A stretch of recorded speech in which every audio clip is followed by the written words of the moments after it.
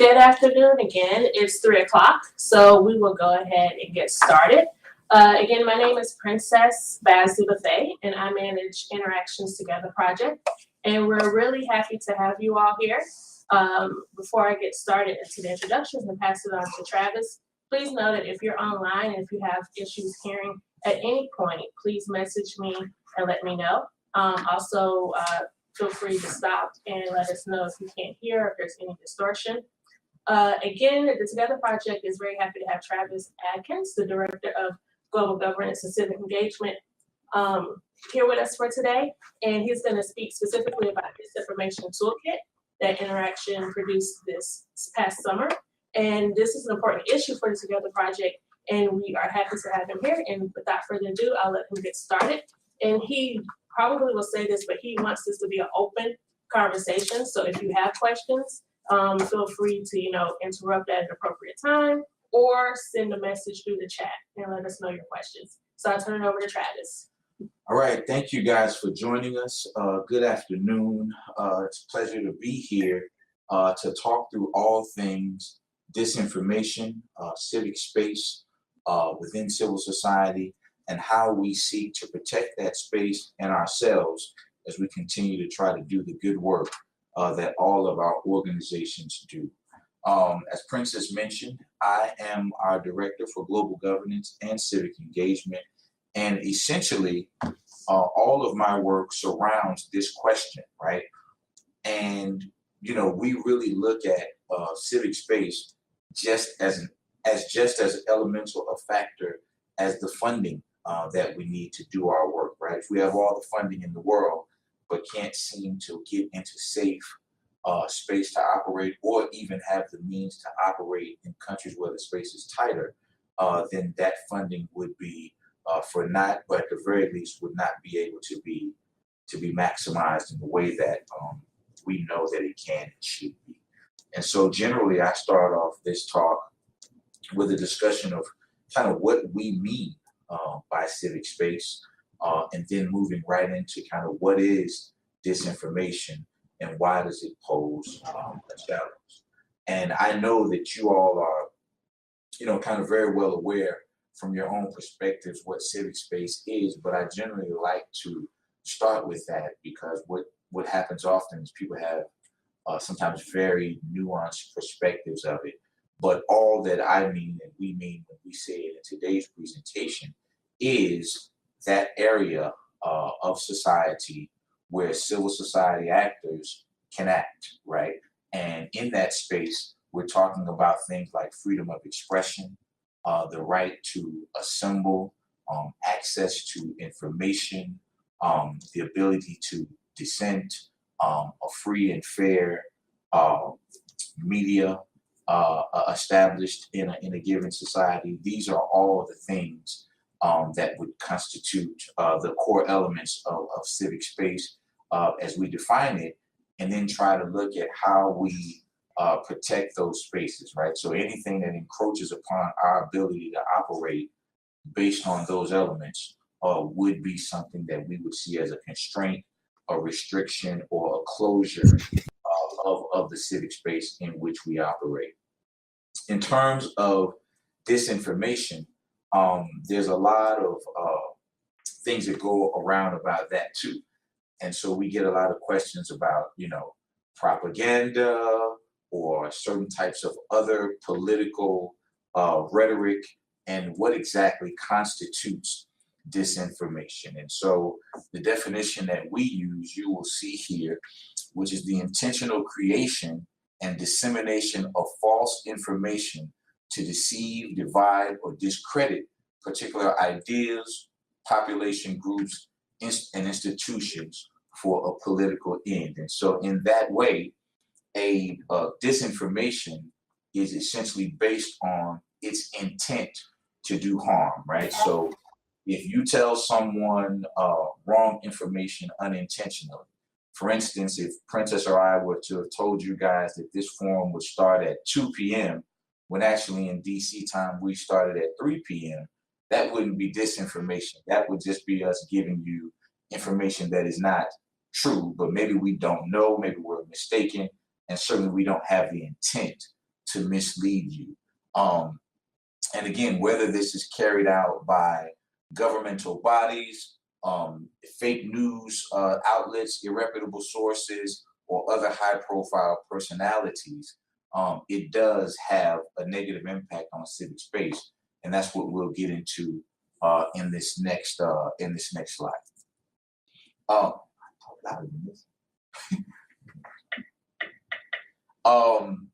Additionally, when we talk about why it's relevant to civic space, right? This goes into a little bit of how I started, because it can exacerbate pre-existing political tensions or racial divisions, religious types of divisions. One of the things we can see even in America now, this erosion of trust of news outlets, this whole tendency towards fake news, this idea that the media is increasingly, quote, the enemy of the people.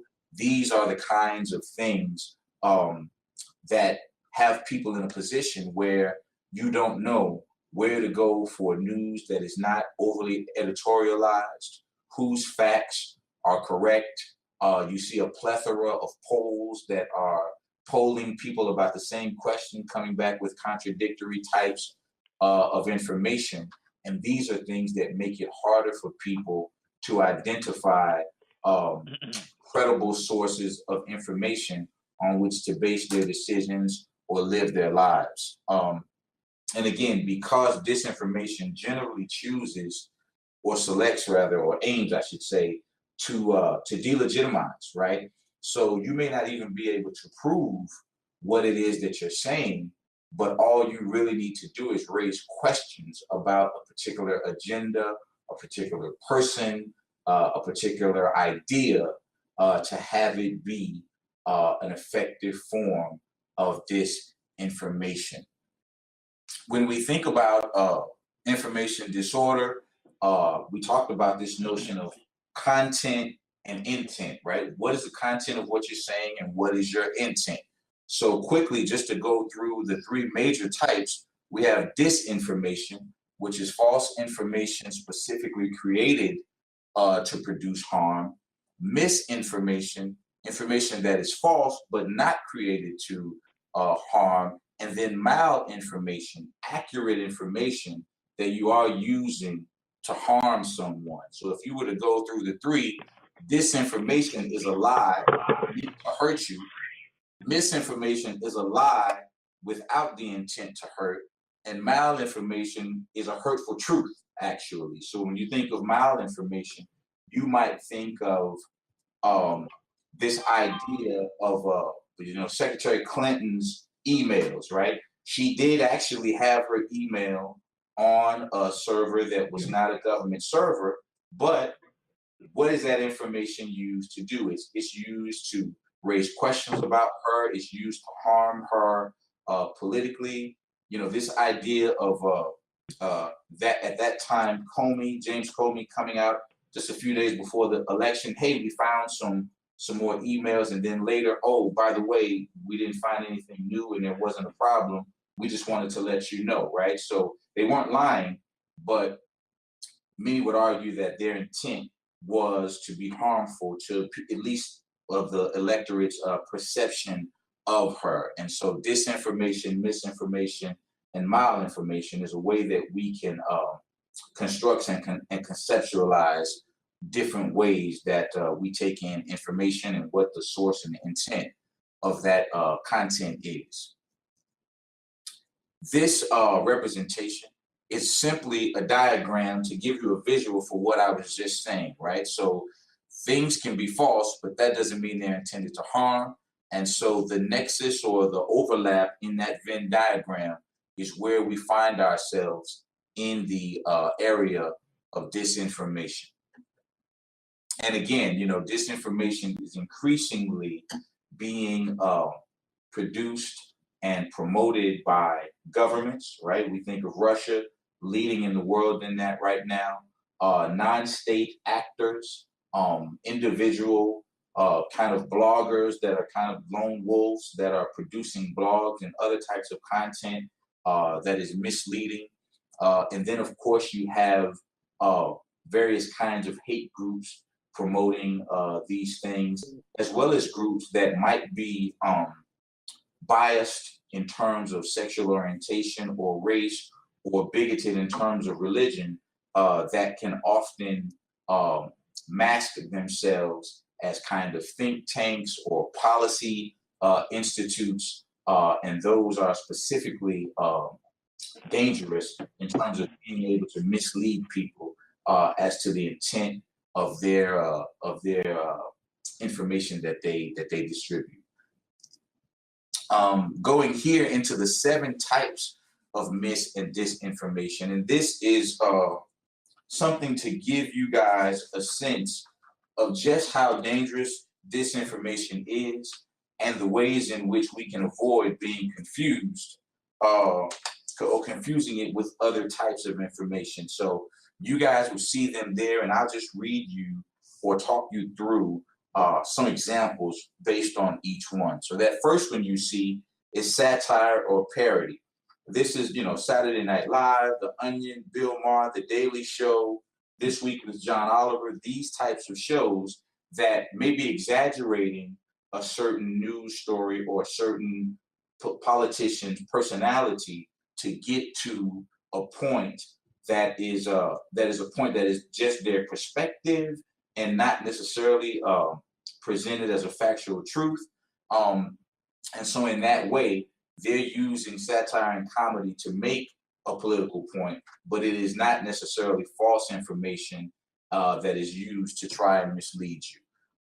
Misleading content, this would, for example, be blogs or outlets that use actual facts, but then skew their reporting about them, right? So if there was only one scientist who disagreed with climate change, and then 3 scientists came out to disagree with climate change, these are people that would say, the number of scientists who are disagreeing with climate change is rising at an alarming rate. It has tripled over the last 24 hours, right? So it has some truth in it, but again, it's misleading you towards a direction that may be different from what the actual facts are. Imposter content. This is content from outlets that use fake web pages which mimic real websites. And so I gave an example in a presentation yesterday. There is a paper called the Washington Times. And what it does is it has a font and a look that's very, very similar to the Washington Post. And so when I worked on Capitol Hill, we had a research assistant once who presented our member of Congress with a set of facts. And when she got up to speak in a hearing and presented those facts, you could see a lot of people making visible shifts in their seats, visible discomfort. I don't remember exactly what she said, but it was more or less outrageous. And I was like, where did we get this from? So I asked our researcher. He said he got it from the Washington Post. And I said, well, show me the article. And when he showed me the article, I looked at it, and it was the Washington Times. And it was a young guy, and you could see that the way they had it set up, it looked like another outlet, but it certainly was an outlet that was not reputable and had a specific slant that wasn't helpful for us. And so that is what you call imposter content. Fabricated content, exactly what it sounds like.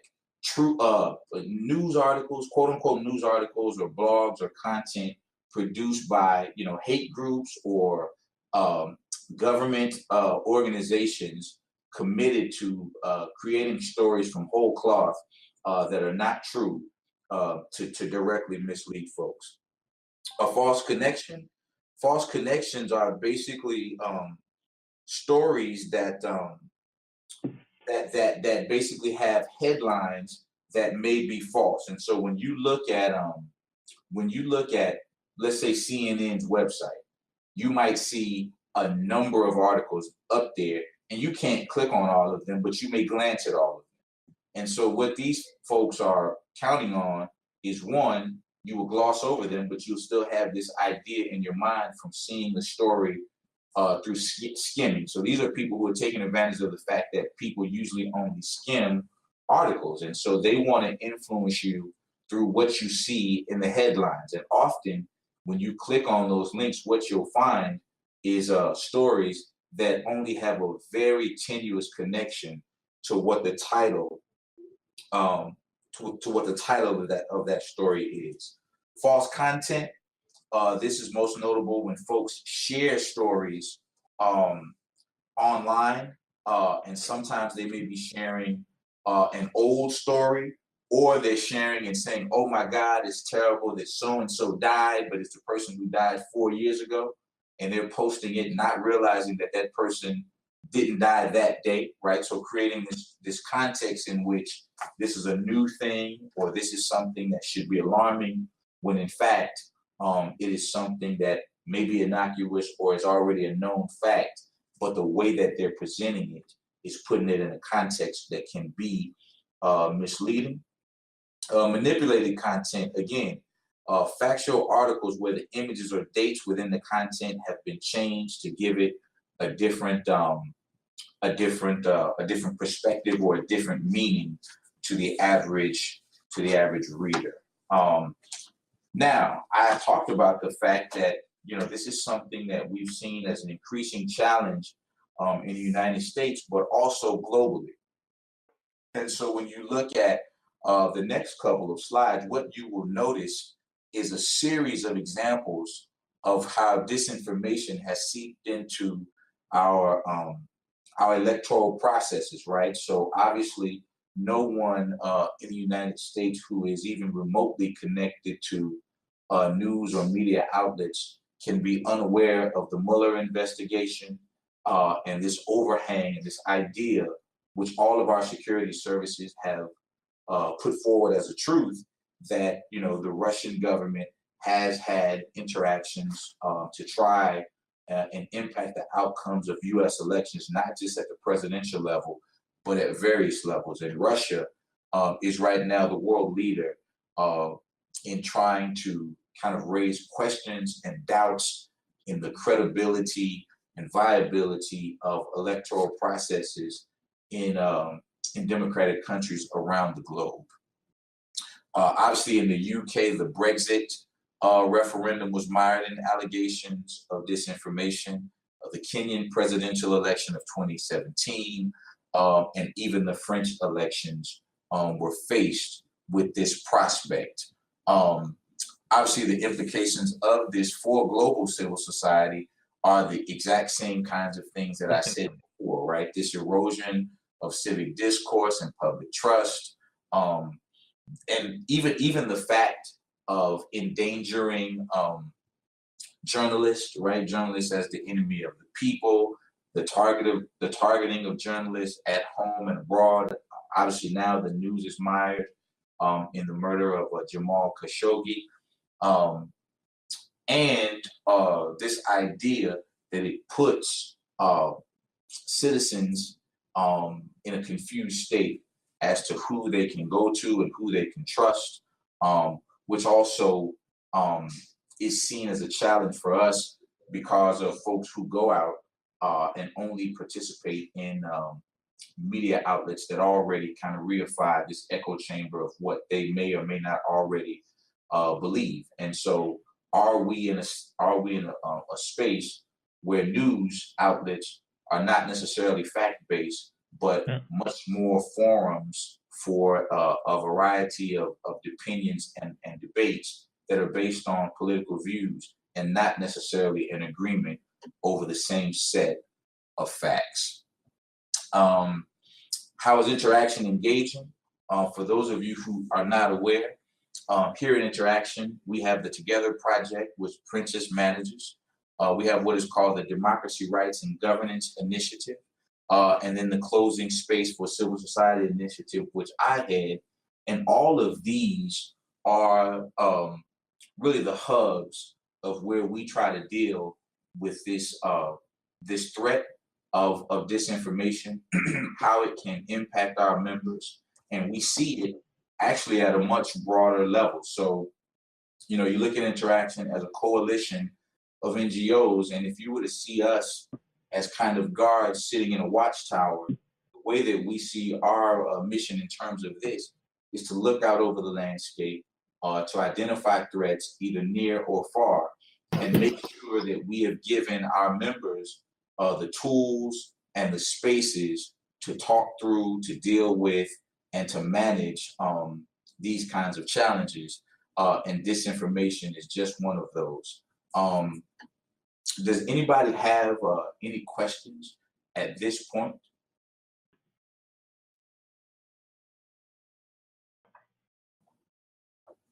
Okay, great. If not, I'll move on to the next part of this, and that is how would we prepare ourselves for disinformation?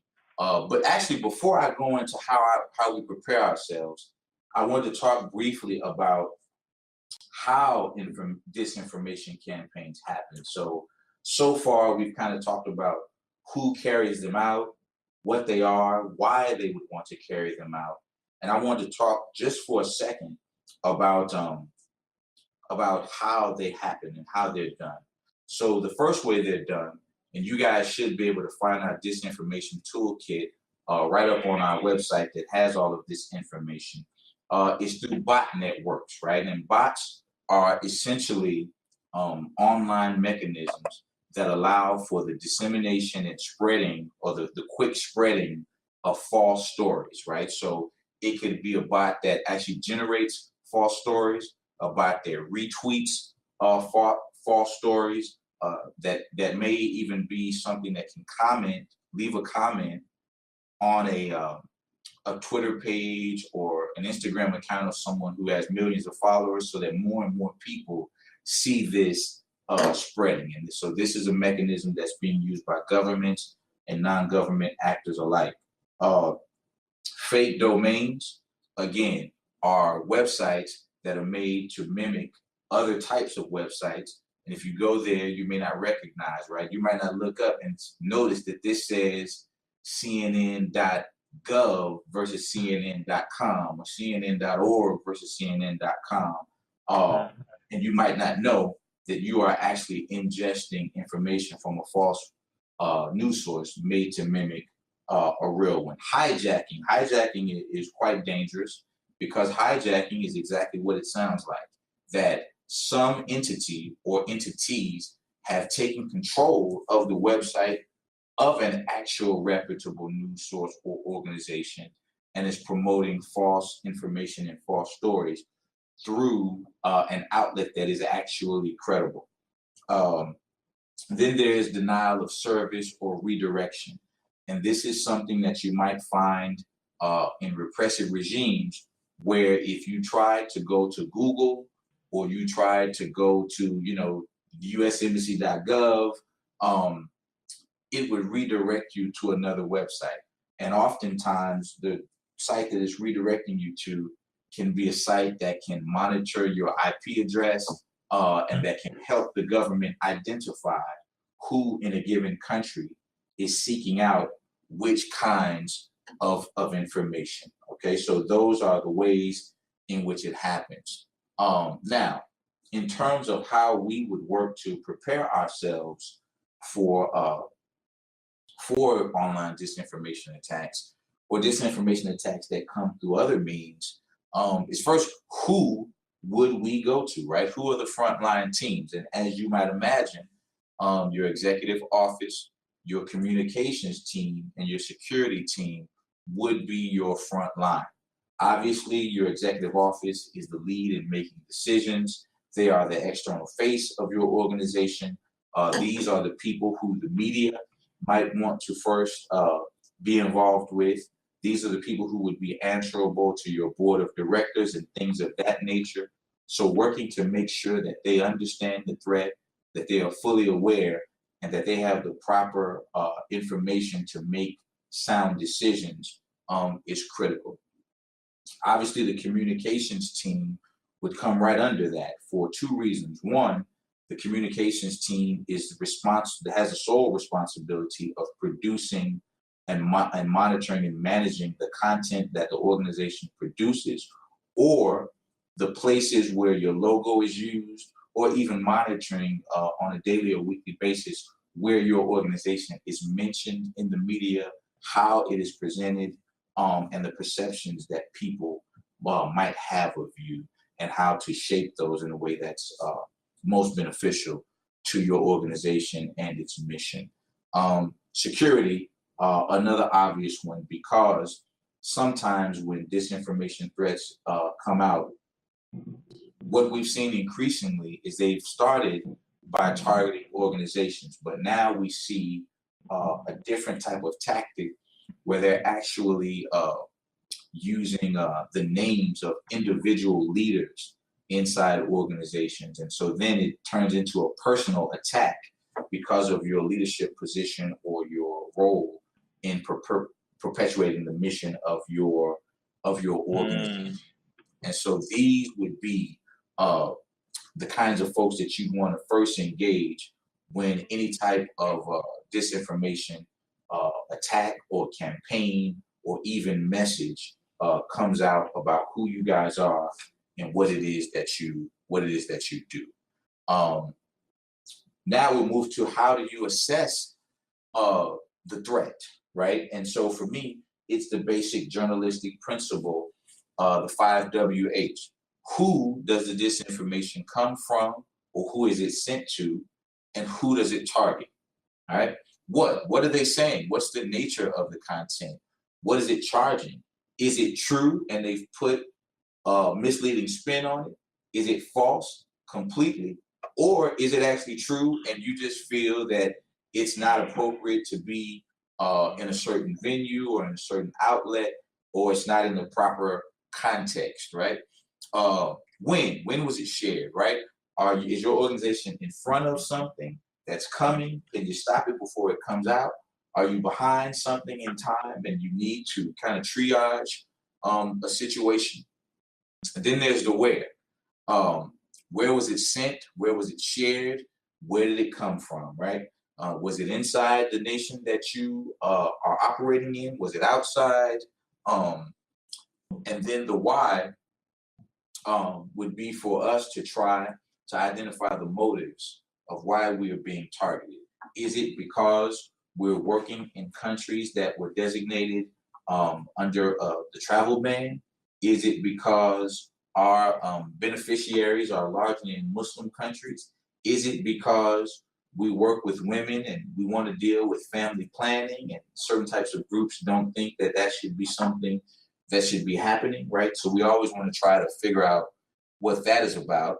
And then, of course, the how in this regard refers to whether it's online, in print, said in some a congressional hearing or another place where it might be assumed to be given credence because of the context that it's in, or any other type of written document. And this will get us to our next piece, but I just want to go through this briefly because when we talk about the who, right, we're talking about a situation where we say, look, we need to consider the source of this, right? Is this a right-wing, bigoted group that no one has ever heard of?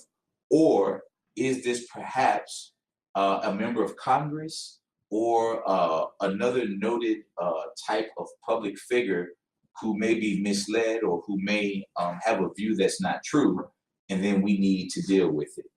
And the reason why these things are of critical importance is because if you don't do this right, you could actually harm yourselves, right? So let's say that a white supremacist group tweeted out something negative or said something negative in some form about your organization, and it's not true. Well, if you wanted to refute it in a really public way, here's what you would have to do. You would have to say, essentially, hey, everybody, this white supremacist group named XYZ said that our organization misappropriates its funds. Well, we're here to tell you that it's not true that we misappropriate our funds, right? So here's the problem. You have defended yourself, yes, but you have also shared a lie about your organization that is not true, and you have also had to mention the name and direct attention to a white nationalist organization. And if that wasn't problematic enough, what this also does in the era of search engines, in the era of various algorithms that link things together, is that if you have to do this enough times, then you could end up in a situation where somebody could Google your name, and one of the top things that could come up could be a link to a report from some, bigoted group, or Islamophobic, racist, sexist, Yeah.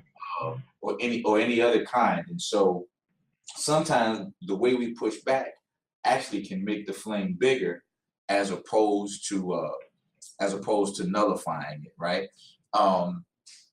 Also, the form that the disinformation takes in terms of where it was sent to, right? So we've had a situation here where particular groups were sending negative letters to the donors, or the donors of an organization, right? And so when that happens, it can make people nervous. And your first instinct might be to say, hey, we need to write a letter to our donor defending ourselves, right? And this goes to the kind of open communication and relationship you have with your donors, right? Would your donor have questions about you because of that? Or do they know you well enough to say, no, we know that this is insane. We funded this organization for years, and we shouldn't have to worry about that. And so that's where you get into what is your relationship with your partners, your donors, membership organizations that you are a part of, making sure that they're aware at all times of the kinds of things that you want to do, the quality of work that you have as part of your history, and any type of environmental threats in terms of rumors and things of that nature that may be out there about you. And one of the ways we've pushed back on that here is just to make sure that our congressional champions know who we are and what we're about, that we have strong communications to create positive images for who and what we stand for and what we do. And at the core of all of this, we want to make sure that our members and those affiliated with us have the freedom and the operational space in their work to spend the overwhelming majority of the time telling us who they are, rather than spending it in a disproportionate amount of time telling us who they are not, right? And so if you look at the instance of the Islamic Relief Worldwide, right, had a situation where a particular Congressman, Ron DeSantis, picked up on some disinformation and decided that he wanted to have them banned for life from receiving U.S. government funding. And so that was a fight that we had to take up. And basically what happened is that his staff fell victim to a few websites or even a few personages who met in their offices to share with them false information. And in some ways, it's really interesting because we talked about true information that could be used for negative ends. In the case of Islamic Relief Worldwide, one of the things that these folks were saying in Congress was, hey, the government of Israel has designated them as a terrorist organization. However, no other government, and that was actually true, no other government has, the US government has not. Our member, Islamic Relief Worldwide, is just an affiliate of the global group.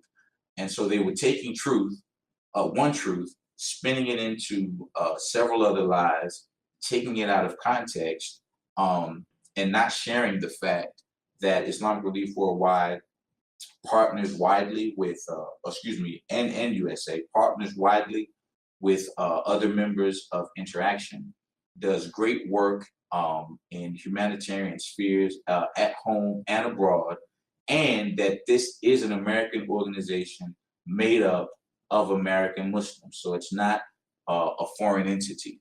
Going beyond that, in terms of us defending them and demonstrating who they are, you're talking about letter writing campaigns where other members of Interaction are signing on, phone calling campaigns where we have folks calling into congressional offices to make sure that that this is not an amendment that goes through, and additionally to that, because they know that they are under such threat and scrutiny.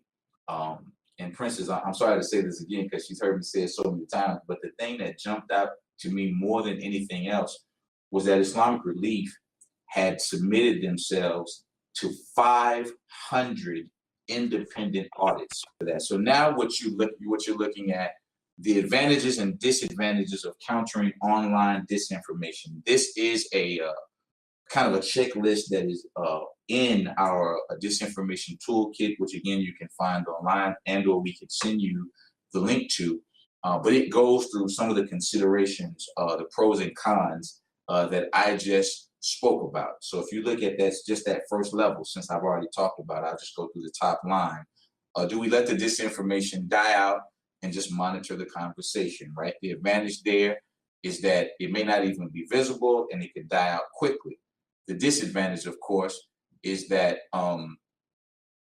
you may be engaging with folks who harbor those views about your organization, and you may actually be promoting it beyond the audience that they could have reached on their own. So I would encourage you all to look through that to get an assessment of when to act, how to act, and what could be the possible fallout from which decision you guys choose to make as an organization.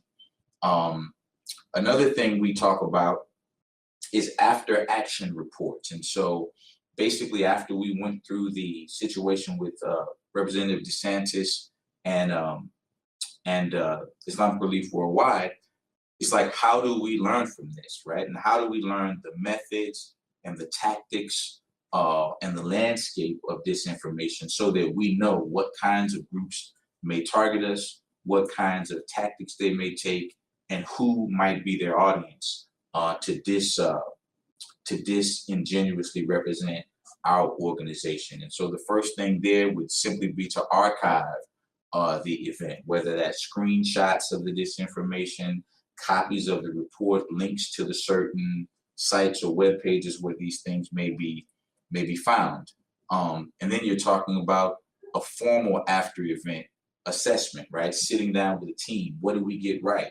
What did we get wrong? How would we do this any differently the next time around? And then that third part is a part that's up to your discretion, right? To what extent do we need to discuss this with our donors and partners? And again, if a member of Congress is saying it, even if it's a crazy mistruth, that's something that you might need to breach with boards of directors or more senior people inside your organization.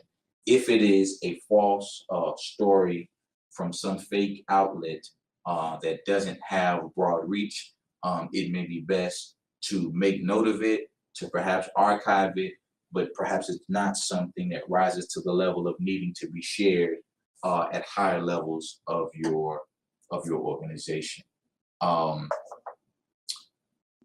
After action continued, we talked about this idea of engaging with platforms, right? So if disinformation becomes a huge problem, right, there are times when it may be possible and advisable to try to have Twitter or Facebook or Instagram engage to at worst case scenarios, suspend accounts or block certain types of content from being spread that could be seen as hateful, hate speech, slanderous, or any other number of troubling types of content that could be out there. So there is that avenue as well. The last piece of this, before we go into any questions that you guys might have, is basically the 8-step action protocol that we've developed here, which makes up quite a bit of what you've seen already and may have some items which we've yet to discuss, right? So a disinformation attack happens. The first thing you would need to do is assess the threat. The second thing, of course, engage your internal divisions and your your executive office. Do you need to engage with partners? You want to map the advantages and disadvantages of countering, as we've covered. You want to have a plan of action for these types of things. And sometimes that is something that you would have it developed in advance, right? Just your communications team, your security team, right? There are times where it's relevant and advisable to prepare for something that hasn't happened yet, as opposed to being blindsided and having to shuffle to respond. And it can be difficult to do in the environment of disinformation. But if you know that you work for a particularly on a particularly polarizing issue, whether it's family planning or controversial beneficiary groups that might be in certain areas that the U.S. might see as dangerous, or nations in which we might not have friendly relations, then you can be sure that you would be at a higher risk for falling a victim to disinformation attacks. Obviously, notifying your partners so that they might support and amplify any messages that you want to get out to rebut stories related to disinformation, and following up with your key constituents always, as opposed to waiting until there's an emergency and then asking for help. And then 8, of course, conducting after action items, and to make sure that you have assessed what happened, and can learn from each instance of this. And unfortunately, this is not something that will go away. Obviously, disinformation in some form has always been with us, but what makes 2018 particularly damning in this regard is the engagement of powerful governments, and the increase in technology that can spread information at a very fast pace. And as the old saying goes, a lie is halfway around the world before the truth can even get its pants on. So that's the kind of environment that we find ourselves in. And these are some of the thoughts that we've put together to try to help make people aware of this, and then to help people be able to respond to this. And basically what we've done with this project is gone up to the very edge of what global thought leaders are thinking about this kind of emerging field of disinformation studies and how we respond. And so it's kind of, trying to make the better mousetrap, but knowing that this will always be an issue. And for every action that we take, those who wish to carry out these activities will always be trying to find an equal and opposite reaction. So I will stop there, and that gives us a few minutes for questions, answers, or comments if anyone has any.